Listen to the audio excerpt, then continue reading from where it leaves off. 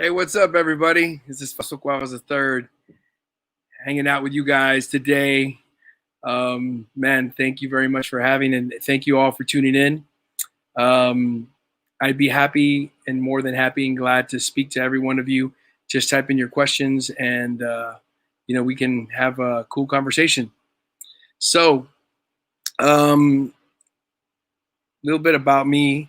Um, I was born and raised in Brownsville, Texas, and rural part of Texas, southernmost tip of Texas, and didn't grow up with much American music, mostly regional Mexican music, and a lot of polkas and cumbias and all that good stuff, which was a very, very great upbringing because I got to understand, where I'm from, where my family, my roots are from. My father's from Mexico, my mother's from Veracruz in Mexico, and yeah, it's a whole lot of amazing music down there, and in the valley, in the Rio Grande Valley where I'm from, Tejano music and stuff.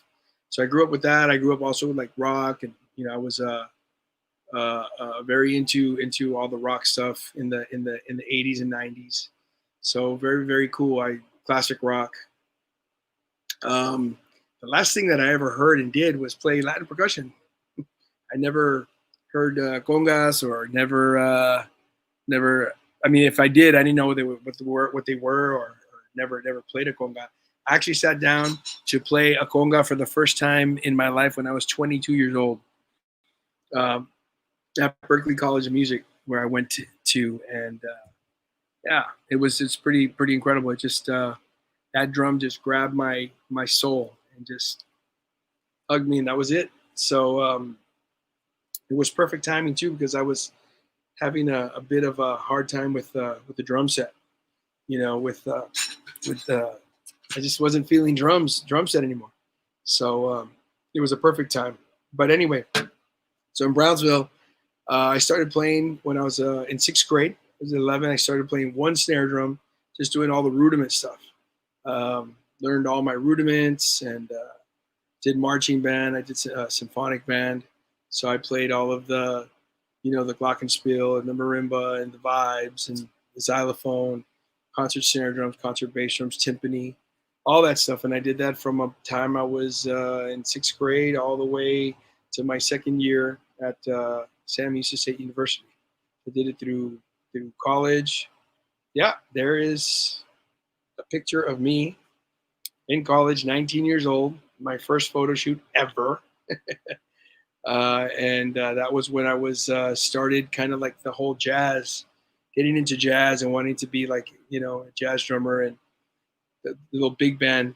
We had a couple of big bands in my at Sam Houston State University. So I was in those. Very, very good for, kind of seeing what kind of different styles of jazz there are and stuff like that. So it was very cool. And well, then after that, I went on to Berkeley College of Music. I wasn't really having I wasn't really connecting with what I wanted. So I moved to Boston, and I went to Berkeley College of Music. I applied in 1993, in the spring of 93, and I actually didn't get in. I got in on a provisional acceptance to Berkeley College of Music. So meaning that I had to do a summer program, and then I had to pass all my classes, and then, they would decide whether yay or nay. So it was a yay. I worked super hard, and I wanted to get in that school. It was amazing. So great school. At that time, it was just unbelievable. All the people that went there, and all the people that I kind of grew up with there playing were just unbelievable today. But anyway, yeah, so we were doing sixth grade band, seventh, eighth grade marching, the whole thing. I got into like DCI stuff in in high school and in college at Sam Houston State, which is really really cool. And thank you, John. What's up, John? And yeah, that was really great. I learned a lot about my hands. Like just a lot about technique, taking care of your hands, chops for days. So it was Really, really good. It was a really good teaching. Um, so yeah, so then from there I went over to Berklee College of Music, and I wanted to be a jazz drummer. I went there in 1993. I had my head wrapped around jazz, so I studied with one of the most amazing teachers and jazz drummers that I could have that could be put in my path at that time. It was John Ramsey. John Ramsey was the drummer that played with Art Blakey. So he would play behind Art Blakey, which was amazing. He also, he was just the guy to get that foundation of jazz, the knowledge, how to play jazz, how to think about jazz, the ride cymbal. It was very, very deep. He was also a student, a pupil of a disciple of Alan Dawson, who was that's unbelievable. Those lineages in jazz are unbelievable. So I was very fortunate and grateful to be able to study with John Ramsey. And from there, I went to study with John 𝗟𝗩, also very forward thinking. I mean, super Max Roach. He loved Max Roach, and loves Max Roach to this day. Who doesn't? So yeah, John 𝗟𝗩 was unbelievable. And then I studied with Ian Froman, who was on the other side of the spectrum, very ECM, very kind of super, super modern, Jack DeJohnette, kind of like, all that ECM kind of European, very open jazz, open concepts, really cool. So yeah, and then in 1993, I met Horacio El Negro Hernandez at an in-store at Tower Records in Boston. I was there with one of my teachers named Victor Mendoza, who is a teacher for Berklee and Valencia now. But at that time when I was there, he was teaching vibes. He's a vibraphonist, amazing vibraphonist. And he actually, said, hey, man, let's go check out Paquito de Rivera.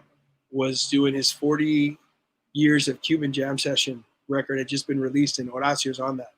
So I actually went to the in-store, and they played tunes from that record, and then they played at a jazz club there in Boston that night. But I got a chance to meet him and became really, really, had a great connection with Negro. So he was my mentored me on the drum set, the whole concept with hands, independence. And man, that guy was unbelievable. I've had some of the most amazing, intense lessons, not even at a set of drums, but just like hanging out. It was very, very beautiful, friendship, relationship, brotherhood that we have, Horacio and I. So yeah, it was really good. I also got to meet another one of my mentors there, which is a big influence in my playing, and his name is 𝗟𝗩𝗘𝗦 Hidalgo. Unbelievable. That was just one right after another. I met these two guys, so they were just really huge influences in me, and I think that I'm getting questions coming in here about who were my influences besides my teachers. Well, the great thing about Berklee is that the teachers are kind of like the players, which is unbelievable. Just amazing that you can, study with a teacher who's just been touring the world with, you name it, doesn't matter, and then they're there and they're teaching you, and that's so valuable because it's not solely about what's in a book, or it's more about understanding that music is more about just patterns in a book, or it's also life experiences. It's also learning from people who have those experiences, and that's really, really, really just amazing. It puts your learning on another platform. So that was my experience with these guys. And also I even before Negro and 𝗟𝗩𝗘𝗦, I mean, I had been influenced by Tommy Lee, by Neil Peart, all of those hair bands. I grew up. I was in high school from 1987 to 1991. So anywhere from all of it, Tesla, The Outfield, Motley Crue, Bon Jovi, God, Cinderella, Queensryche. I mean, 𝗟𝗡𝗦 𝗦𝗧𝗢𝗥, Stevie Vai, name it. I mean, just the Scorpions. Name it. It was all, I was all in it. Black Sabbath, AC/DC, Iron Maiden. Come on, Nickel McBrain, amazing. So like, where I was from, we didn't know any different. We were just getting a whole bunch of influences from everything we heard from the radio. Journey, man, Steve Smith. I didn't even know it was Steve Smith, but I learned later. The important thing is to learn. That's the important thing. So yeah, so that it was our teachers. Our teachers it was the radio. I had the guy that I have to always, I give my humble props to wherever I go is Paul Gonzalez. Paul Gonzalez was he's also from Brownsville, and we met when I was like 13 or 14 years old, and this guy taught me how to play drums. He taught me Van Halen. He taught me, poor guy, man. He had to sit through that, me learning how to play drums. Can you imagine what that's like? But he was such a great mentor, man. That dude really to this day. I mean, we're obviously still in contact. He's my brother forever, and that guy really. When we were in high school, man, he'd say, "Hey, what's solo? What's solo you gonna do for solo ensemble?" And I would show him a paper, and he'd be like, "Nah, throw that away and give me another paper."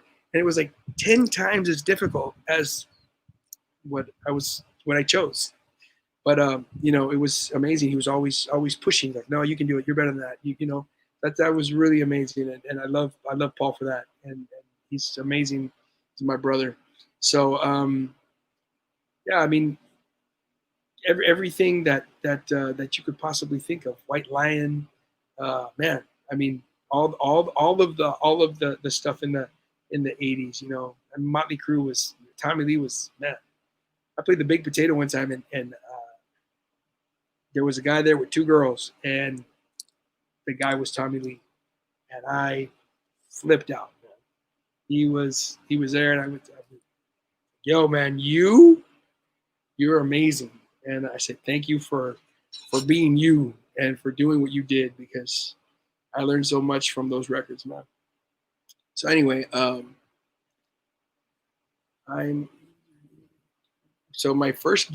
my very first gig was, I was 16 years old, 17 years old. I was playing a little dive bar at South Padre Island for spring break. So I lived in Brownsville, Texas, is right on the border. And then we have an island called South Padre Island there. So in the 80s, MTV, that whole craze became crazy with Cancun and also like South Padre Island. So yeah, man, I was first gig. I went, played rock tunes at a dive bar, got paid in beer and sandwiches. I think I might have made like $10 or something like that, but it was cool because we had fun, so much fun. I didn't drink the beer because I was driving. Can't do that. But I ate the sandwiches. Sandwiches were amazing. Not only that, my dad that little guy he's tough as nails. So if he could smell beer on me. Anyway, so yeah, that was the very first gig. But I think that I didn't start really working, like consider myself a professional musician, until I was, I'm going to say, maybe about 24, 25. I started going on the road with Julio Iglesias playing drums in 1998. Yeah. So in 98, I was 24 years old. So yeah, so that was like that was the first experience I had on any sort of real gig. I was playing drums with Julio Iglesias in 1998, and my very first trip was to Brazil. Never been there. Recife, and then I went to every single town that you could possibly imagine in Brazil, except for Rio. Never went to Rio at that time. So yeah, and then we toured. I toured with him from April of '98 to about maybe August, and then man, and then I had to kind of throw in the towel. The experience, it wasn't the greatest experience for me. So I learned a lot. I learned a lot about, you know, how you need to kind of handle yourself with an artist that is just not cool. You know, a lot of mistreatment. Yeah, you know, it is what it is. You know, but you know, he's not the first and he's not the last. But you know, you just always have to know what the boundary is. You know, you're the one. You're the one that sets the boundary. A lot of times we get caught up in the money thing. Oh man, what am I gonna do for money? Listen, if the situation is that bad and you're unhappy, now there's no amount of money that's worth it. You know, I don't care if it's $1 billion. You still have problems. You know, millionaires and billionaires have problems too. Trust me, I know. I work for some of them. But anyway, yeah. So that was like that was a great start for me. You know.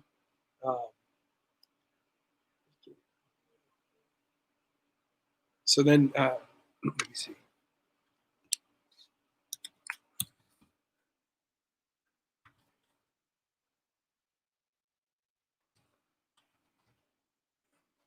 So yeah, so then that was the gig that I had in my very first gig. You know, my very first experience. Traveled the world. I traveled to a lot of the Eastern Europe countries.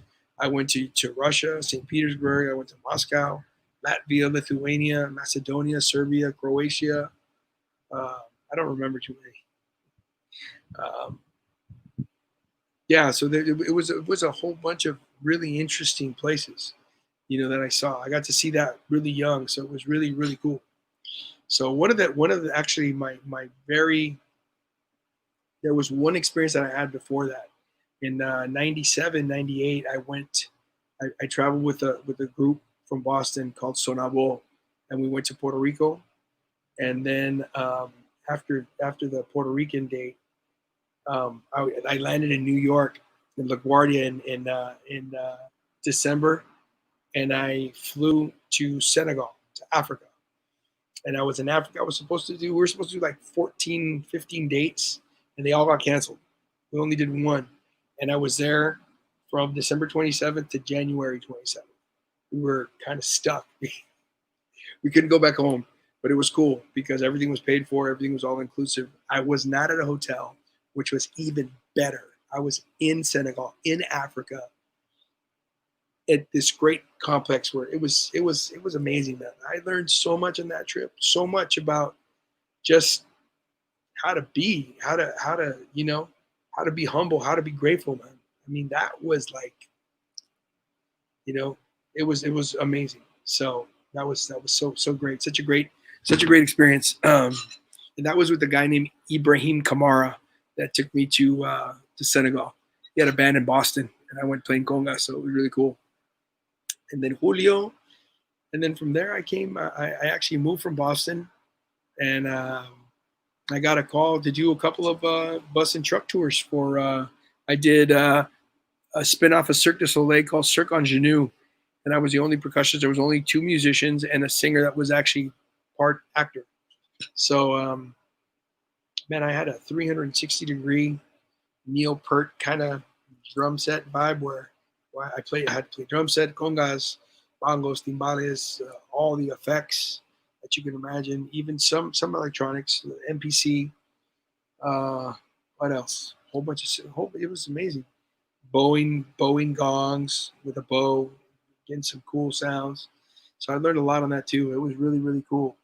And then I did Smokey Joe's Cafe in in 99, 99 all the way almost to 2000. So it was really good experience, really good experience for me doing all that. And also one of the things that when I was at Berkeley, the Berkeley years, I met my one of my soul brothers, my brother 𝗟𝗩 𝗦𝗧𝗢𝗥. He's my compadre. He's a genius, and that dude. We started a band in 1998 called Latifah Loca, and that band is phenomenal. Now it's called 𝗟𝗩 𝗟𝗑𝗦𝗧𝗢𝗥, and we're 22 years old. 22, yeah, 22 years old, and we've got one record under the name Timba Loca and two records under La Clave Secreta. And this second record, we recorded it in 360 degree in the round live. So ain't no nothing. Ain't no, you mess up.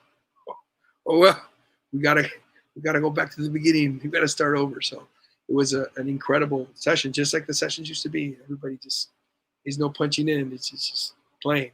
So that was really, really, really great experience and really great songs. One of the singles just released a couple days ago, and so look him up on iTunes, Spotify. 𝗟𝗩 𝗦𝗧𝗢𝗥 y la clave secreta. José, saludos. Tony, saludos, Tony. And yeah, man. So yeah, Manuel, Manu. Man, thank you everybody. By the way, muchas gracias todo el mundo por estar conmigo. Thank you for tuning in. Yeah, so after I did those gigs, I started moving west. So I landed here in 2001. In 97, actually in 1997, in Boston, I met this incredible musician who has passed on now.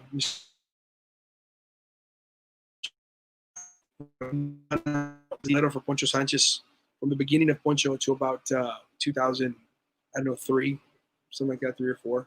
And this man was amazing. He was just an incredible human being, an incredible musician, incredible timbadero. And then he had me come out here. He actually got my ticket and showed me LA, and we became instant friends in '97. And even our first daughters even have the same name, and I didn't even know that until my first daughter was born. So, but anyway, I owe everything to that man for helping me get here to LA. And I got here in March of 2001. So yeah, it was really, really great. And man, it's amazing coming here, meeting everything, the whole LA, and how the industry works here. It's unbelievable. So I made it a point to, and I also had the help of a really great percussionist named Tiki, Ricardo Tiki Pasillas. He helped me out a lot. I actually lived in his garage for 3 months. He was generous enough to be kind with the rent, and also took me to every rehearsal. He took me to every gig, and man, it was just great because I got to really see how things worked here, and it was very, very great. I also got Tiki's information through Bobby Allende, who's another great percussionist from New York. They were working with Mark Anthony at the time, so it was really great. That helped a lot. But yeah, and I just started in the salsa scene here, the Latin jazz scene here. Ramon helped me, Tiki helped me. Everybody was very kind, and man, just what can I say? I had to do all the sitting in, and all the other things that we have to do to get our name out there. It's really, really great. So yeah, 2002, I got a call to audition for Tina Marie, and that was another experience that was just unbelievable, man. Tina Marie was what an amazing soul, what an amazing performer. That lady was, man, she was unbelievable, man. Her spirit, her soul was incredible. 2002, 2003, I played with Tina. I actually recorded on her record called La Doña, and it was just awesome, man. Just just nothing but blessings and growth, and it was great. So yeah, I just from there, Tina Marie came, and then I got a call. Another guy that I have to always shout out to is a couple guys. Joey De Leon. Joey De Leon was another one that when another guy who amazing percussionist, great guy. Also took me to gigs. When he couldn't do something, he would send me. And very grateful for these guys because they helped me get my start here in LA.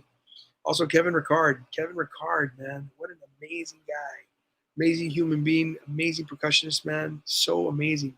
Learned so much from that guy, and he's the one that called me to my first audition with Britney Spears, which led me to work with Ricky Minor in that whole camp, and it was great.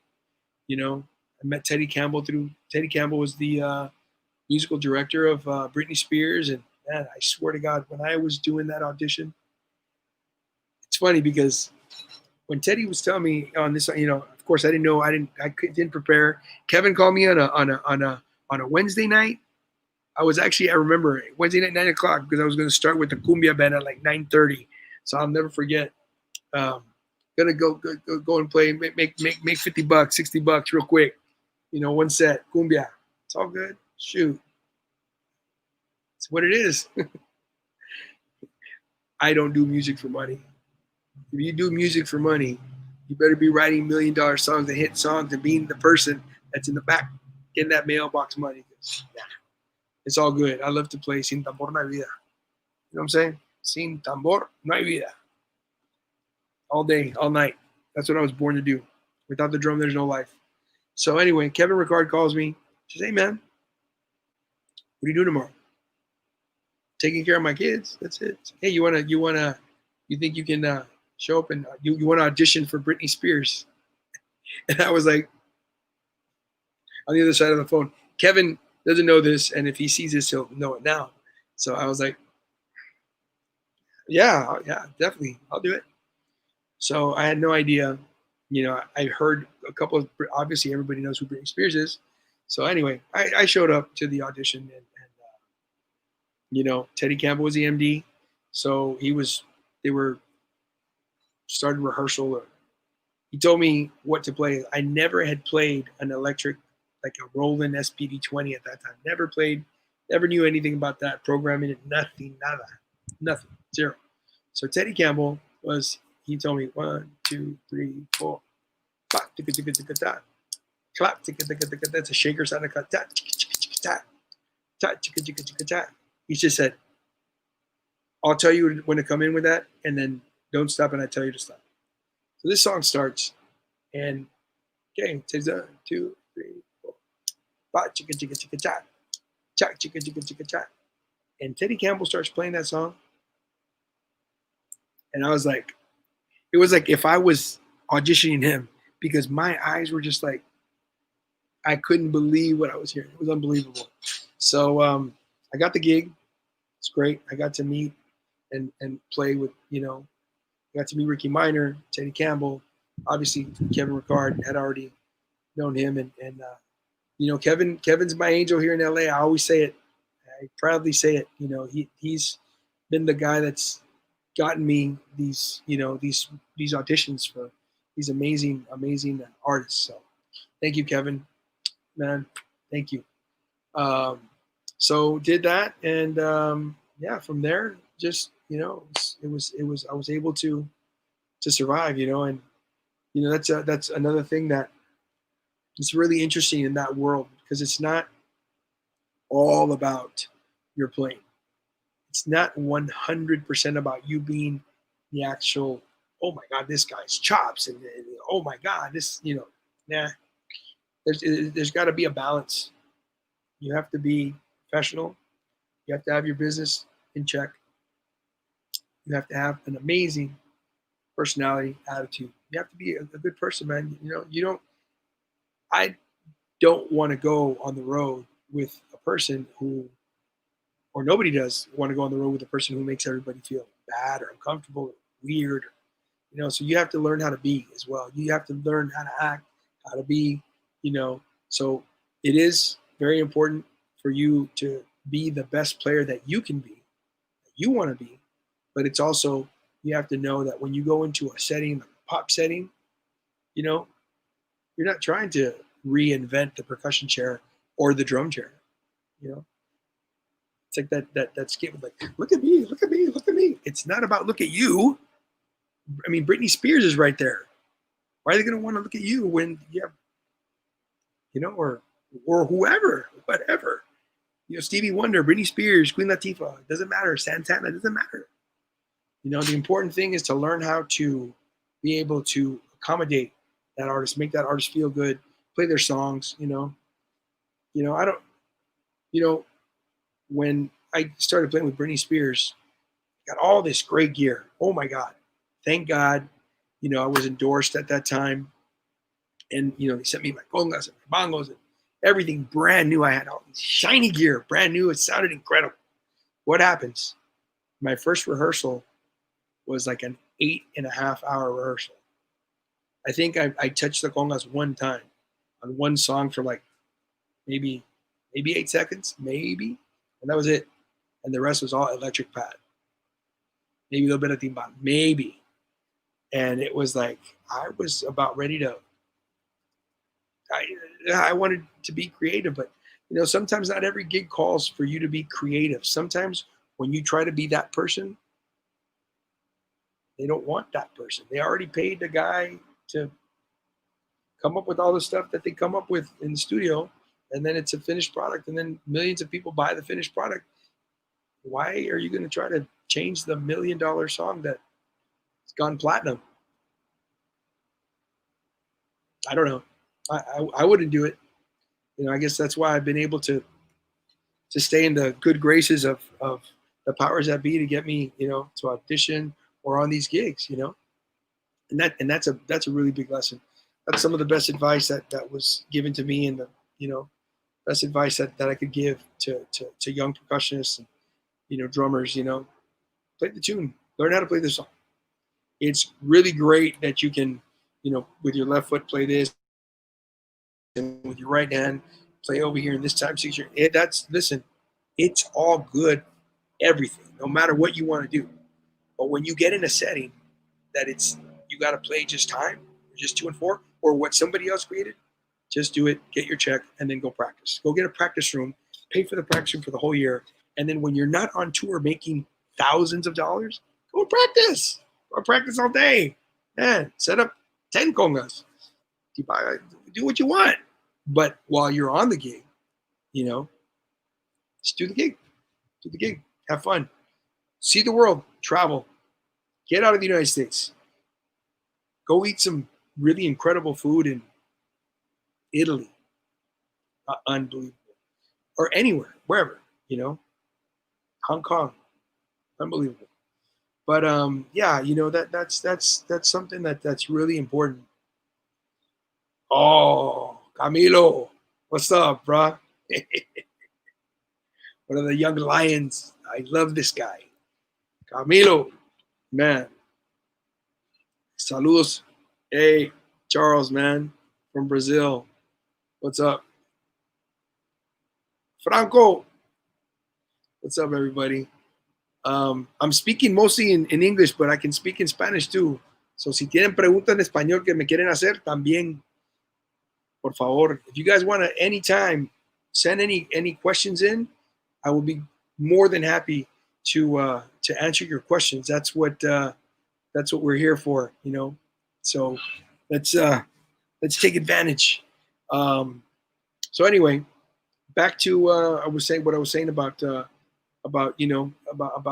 these situations, these different situations, pop situations, and not only pop situations. Sometimes when you're playing with Latin bands or Latin jazz bands or jazz bands, or sometimes you're playing a tune that may not be so, maybe that shouldn't be played so complicated. You just have to learn to assimilate every song, listen to the song, vibe. And then, of course, in any situation, like maybe if you want to start your own band and you want to take a song and you want to turn it inside out and do all kinds of great, that's totally 100% legal and fair. Absolutely. Just when you're, just know how to play in every situation that's put in front of you. That stuff leads to other gigs, that, other stages, oh, this person's cool because, he or she doesn't overplay. They're very sensitive. They're very musical. They're very great. And at the same time, when they need to throw down, oh my God, they can throw down. That's great. That's good. That's going to keep you working. It's It's going to keep you working in the studio. It's going to keep you working live, and it's going to keep you working as a teacher.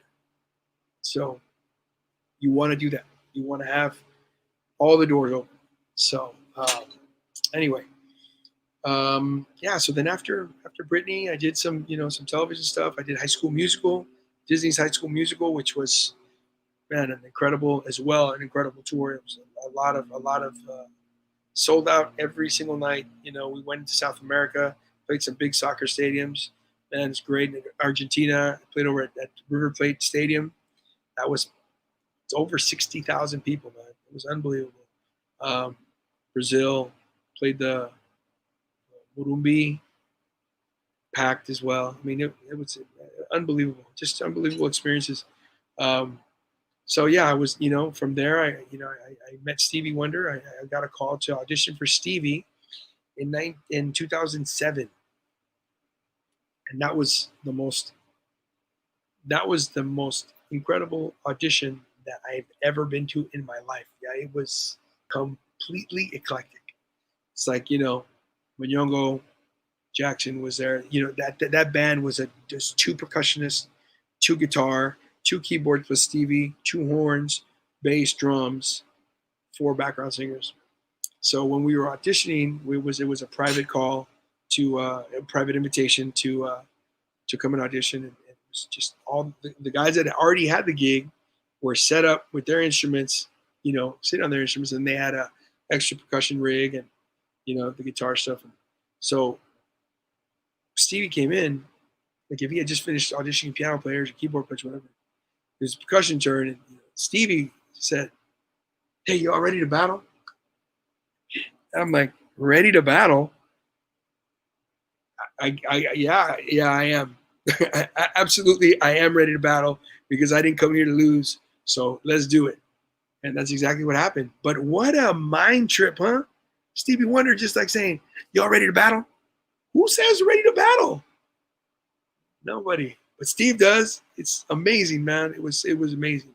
So it was a great experience, man. Shout out to Mayongo Jackson, who just had a birthday. Amazing percussionist. I've learned so much from that guy. He's taught me so much, man. Such much respect, much love to you, man. Yeah, man. Started with Stevie Wonder in 2007. And what a blessing that was, man. Being all over the world with that guy. I've been there with 2007. So what, 13 years? In 13 years, Stevie Wonder asked me to play one thing. One thing. Well, that was the auxiliary part, the second hi-hat part to Golden Lady. He went over to my rig and he taught me how to play it. He said, "Can you do that?" Absolutely. Absolutely. And that was all he's ever told me to play, which makes that gig, it's that dream gig because it's a creative gig. Now we're talking about a creative gig with also there is a parameter. It's not going to be, no VSOP, no crazy, jazz, like, but it's got a little bit of everything. Stevie's got everything. He's got some fusion, some jazz fusion. He's got some Brazilian. He's got some, some Cuban stuff, Afro-Cuban stuff. He's got some 6/8 stuff. He's, just everything. Soul. It's unbelievable. You have to learn how to know how to play everything. So anyway, just another blessing, and just, that's my if I could say which would be my dream gig, it would be that one. Stevie Wonder, like for the next until I expire. So yeah, and that was amazing times. So in that from there I started working a little bit with in 2012, 2011, we came back from the North Sea Jazz Festival in Curaçao with Stevie, and I had a call from Santana's management to please call him back. And I called them back when I got back, and they were asking to see if I was available to cover some dates for Raul Rigo, may he rest in peace. And I said, absolutely, man. And of course, I always go through the right channels. I call Raul. I call Carl Pedazo. It's another brother of mine, Pedazo. you know, and made sure that everything was cool, before I went, But yeah, everything was cool, and we we did I think 14 shows with Santana in 2011, which was one of the most amazing experiences playing Latin rock, which is very different, very incredible. It's an amazing style of music. Now I'm saying, I think that there's a question in Spanish, but I just can't see it. Franco, como percusionista, es verdad que se le puede pasar manteca de coco a los cueros. Okay. So,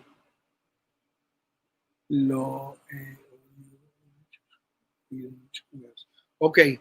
So Franco is asking, from Argentina, is asking about a product called manteca de corojo, which is also called, it's palm oil. So, Franco, personalmente a mí, poner la manteca de corojo en el cuero, a mí no me gusta ponerle nada a los cueros, a la tumbadora. Lo que hago es que si tengo la mano muy dañada, si siento que se me está rompiendo, que está, para que no se rompa, entonces sí me pongo un poquito. Pero la manteca de corojo es bien aceitosa y tienes que, es muy rica y muy buena, pero yo te sugiero, no sé qué cueros usas, pero tiene la mano muy seca, mucho reseco en las manos, entonces sí, te pones un poquito, pero muy poco, tocas, está ahí, va a estar bien. El problema, no problema, pero mi razón, el por qué para mí, el cuero que no se va a rajar es el cuero de la tumbadora, pero este cuero sí se raja, So hay que mantener esto, porque la tumbadora, eso es, fíjate, so hay que tener, para mí, muy importante en cuidarte las manos, muy importante. So everybody that doesn't speak español, so Franco was asking about palm oil, that he's heard from a lot of congueros about palm oil, that palm oil is something that you can put on your conga skins if you're playing with rawhide heads. And I would suggest that palm oil is really greasy, and it's very good. It's a very good oil for your hands. But I would suggest to put it on your hands, and you have to be very careful because it stains. Franco, eso mancha bastante. So you have to be careful with your clothes, man. If you put that on and you're on a gig and let's just say you got a white shirt on with a tie or whatever, and you just so happen to, you stop and then you go like that or what, you're gonna have a yellow palm oil handprint on your shirt. So it could be very artistic. It could work, but you have to be careful. So I would suggest that don't show up to a conga gig with dry hands, and I wouldn't suggest putting cream or any sort of palm oil on the conga head, because that palm oil is meant so the skin doesn't crack. But the conga skin is not going to crack. This skin will crack. This is the skin that's going to crack. So you want to be careful. You have to take care of your hands. Very important to take care of your hands. And so that's my recommendation. Franco, esa es mi recomendación del corojo. El corojo está bien, pero yo creo que el corojo es mejor de noche, después del guiso, cuando tú puedes ponerte eso y te los pones unas medias arriba de las manos antes y después, y a dormir, para que eso te dé mucha salud en las manos, en los cueros, en la piel. So I was saying that if you're going to use palm oil, I would suggest to use palm oil after the gig. After you shower, you go home, you're getting ready to go to bed, put palm oil in your hands, and then you can cover your hands with a sock or something like that so it doesn't stain, your bed. So that's definitely, it'll nourish your skin. Really, really great. Another thing that I recommend is ointment.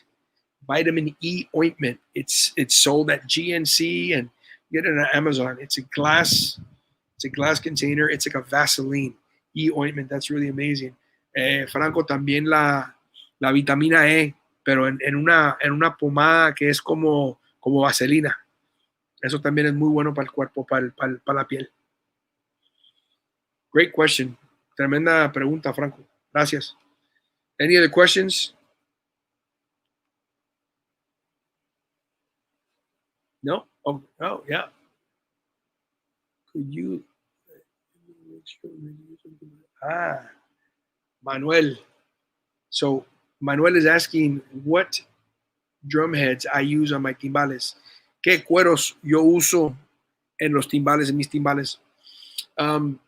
Well, it all depends on the style of music that you're playing. If I'm playing more like R&B and pop and stuff like that, I'll use clear ambassadors, and I've also started to use a little bit of ebony ambassadors, Remo drum heads, and sometimes when I'm doing maybe a more of an old school kind of salsa gig, or playing some charanga, some older stuff, I'll use like a coated ambassador on my timbales. But it also depends on the gig, For salsa, to me, the clear ambassadors or the ebony ambassadors have been really amazing for me. They're so versatile. It's really amazing. So I love those heads. That's what I use on my timbal. Thank you, Manuel. Great question, bro. Abrazos. Any other questions? You guys want to know what kind of shampoo I use? I don't. Anyway, so from Stevie Wonder, Santana, did 14 shows with Santana in 2011, next to 𝗟𝗩𝗦𝗘, Cindy Blackman, and Dennis Chambers, which is another blessing in my life. Really? Oh, there's Dennis. Oh, there's Cindy. Oh, there's 𝗟𝗩𝗦𝗘. Man, thank you. Unbelievable. But that was incredible. And then in 2012, I was called to audition for Jennifer Lopez. And I auditioned for Jennifer Lopez, and I started playing with Jennifer Lopez in 2012, all the way up to the end of September 2018 when we finished the Planet Hollywood All I Have. It was a 3-year residency there in Vegas. I think there's a picture of my J-Lo Vegas office. I call it the Vegas. There it is. There it is. Came with flames and everything. Amazing. So there's a couple of drums there, a couple of congas, a couple of drums. So it was really great. And LP was just always, every tour, unbelievable.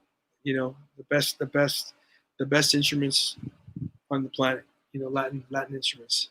So endured. I mean, I had. You see that pyro. That pyro was literally. I don't know what it would be like. 6 feet away from one of my congas, and those I had those flames on both sides, and I had pyrotechnics in the back, bombs, all kinds of things exploding, and man, I loved it. It was great. But just to know that you can have a drum that close to a 20-foot flame, 15-foot, whatever, it was definitely had to be 15 or more, have a flame that's night after night is being turned on. Nothing ever happened to the drum. It was unbelievable. So anyway, I played with Jennifer Lopez 2012.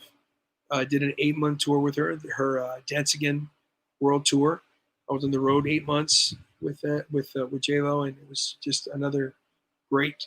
Just took me to a bunch of places, a couple of places that I hadn't been. It's really, really great. And then ended up doing the Vegas residency there at Planet Hollywood with her. And I have to tell you guys, that's probably been the pop gig that I've had to be the most versatile on and play the absolute most that I got to play. I mean, I played so much on that gig in all kinds of styles. We played old school R&B, we played pop, we played country, we played rock, we played reggaeton, we played kind of like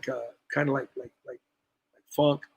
We played Latin music, salsa. We had a whole EDM section. I mean, like it was like, it was just a whole bunch of music and drumming going on, and I played so much on that gig, and it was very, very great. Another blessing, man. So great. So yeah, it was really, really, really, really beautiful time. So, and it leads me to now.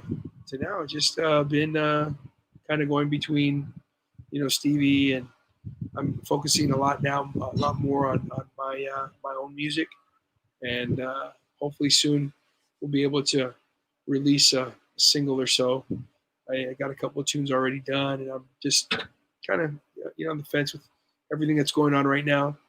But that, and also my compadre's band, La 𝗟𝗩 𝗦𝗧𝗢𝗥𝗘𝗦, still playing with them, and and trying to figure out what's going to happen with that music. And so that's about it. Teaching. If anybody ever wants to study, you can hit me up on Instagram, hit me up on Facebook, anytime. Yeah, so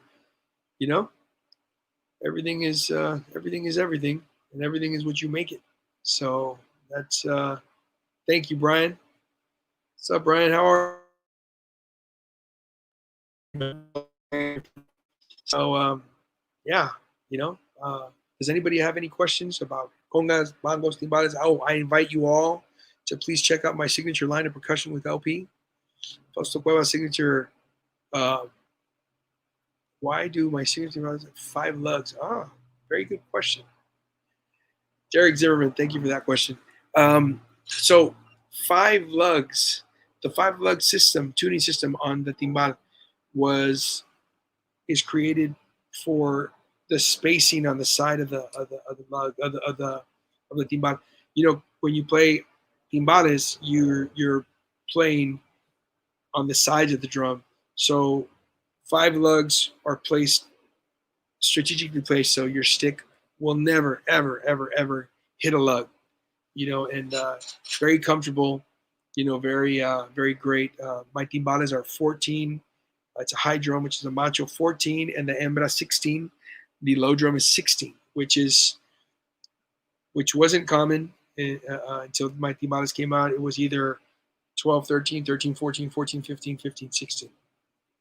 But I thought when I was given this blessing by LP to create my line of percussion, I was a drummer before I was a timbalero or a percussionist, a Latin percussionist. And throughout the years in playing drums, like when I first got my first drum set, it was a 12-inch tom, a 13-inch tom, and a 16-inch floor tom, 22-inch kick, and a 14-inch snare drum by 6.5 or 5.5. And then little by little, all of the odd number drums started disappearing off of the drum set. And I remember as a drummer, man, that 13 was just something about it was just not so easy to tune. Not that it was untunable. You could tune it. It just didn't give you the same reaction that you would get from a 12-inch or a 10-inch or a 14-inch, 16-inch. So I said, you know what? I'm gonna skip over the 15. When I was doing that Planet Hollywood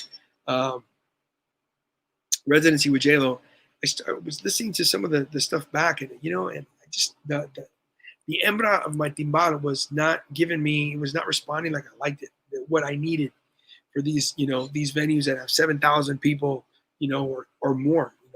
So when I came up with the 16, and man, it was just like night and day. I mean, that thing is like you don't even have to hit it so hard. The response is unbelievable. It cuts. It's really, really incredible. So It's a black nickel plated brass 5-lug system on it, 1416. Just gorgeous, beautiful timbales. They sound amazing.